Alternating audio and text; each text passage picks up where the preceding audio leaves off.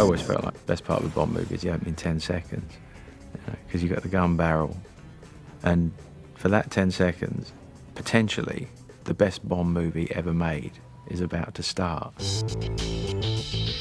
Because it's almost like it's impossible now to make the greatest Bond film ever, because the greatest Bond film ever is made up of all tiny bits of all the other, 20 films now.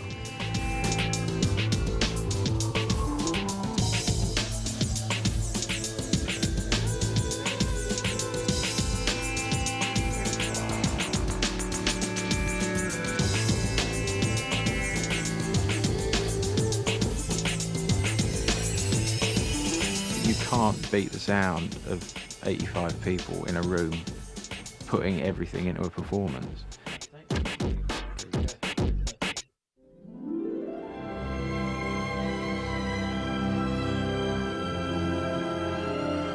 It's quite an isolating job being a composer. For most of the time you're spending 15, 16 hours a day in a dark room with the door shut, looking at these people doing what they're doing on the screen and trying to find music which is going to work for it, and you do that 7 days a week for 3.5 months, and you emerge at the end of it blinking and pale and having lived on junk food and sat down on your backside for 3.5 months wishing you could be a bit healthier, and you come into a fantastic studio like this and you record it with fantastic musicians, and that's kind of it. It's like you don't really get to meet that many people. Your world is the world of the music of the movie.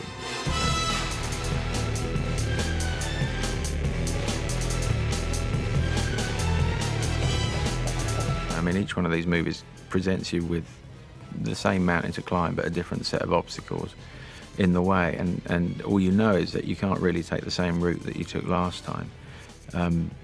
In a way, you could write the same score to the same 3 movies if you really wanted to.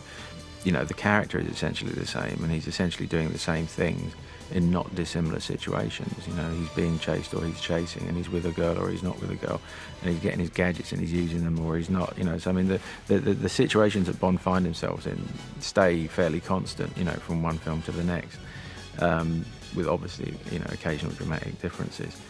With Bond, it's like it's a complete world, it's its own universe. The worst thing about action music is just such a lot of notes.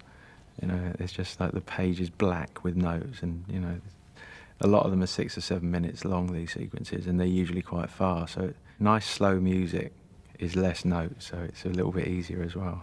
As a musician, you always kind of look for like an emotional input to a sequence. Sometimes another explosion or another gunshot doesn't give you that, so it's nice when you get the occasional moments like with Jinx.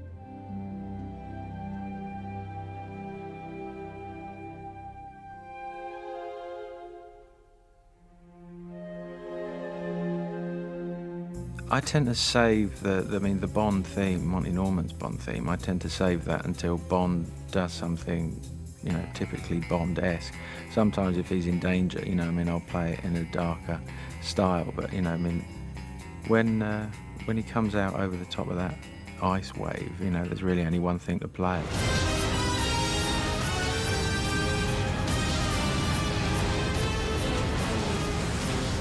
What I was trying to do on this film, more than perhaps the others, is to try and work with the sound of the orchestra a little differently. I recorded in the hovercraft chase and on the ice chase, I recorded all the strings and the brass and the woodwind separately, so I could put them into the computer and actually chop them up and have them playing backwards and upside down and distorting them and throwing things in the surround. So there are moments in the hovercraft chase and in the ice chase where orchestral phrases will be playing backwards at the back of the theatre, and then they'll kind of travel around the surrounds to the front where they kind of solidify, and then other things will be spinning around. So you're kind of playing with the technology a little bit of actually writing the music for the chase forwards, then phonetically kind of reversing it. So the music that the musicians play is phonetically backwards of the phrase that I want to hear, and then I get them to play that, And then the recording that they make, I flip it over so it comes back the right way. But ultimately, when you're writing Bond music, it has to sound like Bond music, no matter how many tricks and things that you throw at it, and no matter how contemporary you would like to try and make it feel with electronics and chopping up bits and pieces and distorting things. I think an audience always expects to hear a kind of orchestral presence, to kind of keep harking back to the brilliant stuff that John created, and that's that signature sound. So, and as long as I'm doing it, I'm never going to get away from that, because it's, you'd be stupid to, because it's just perfect.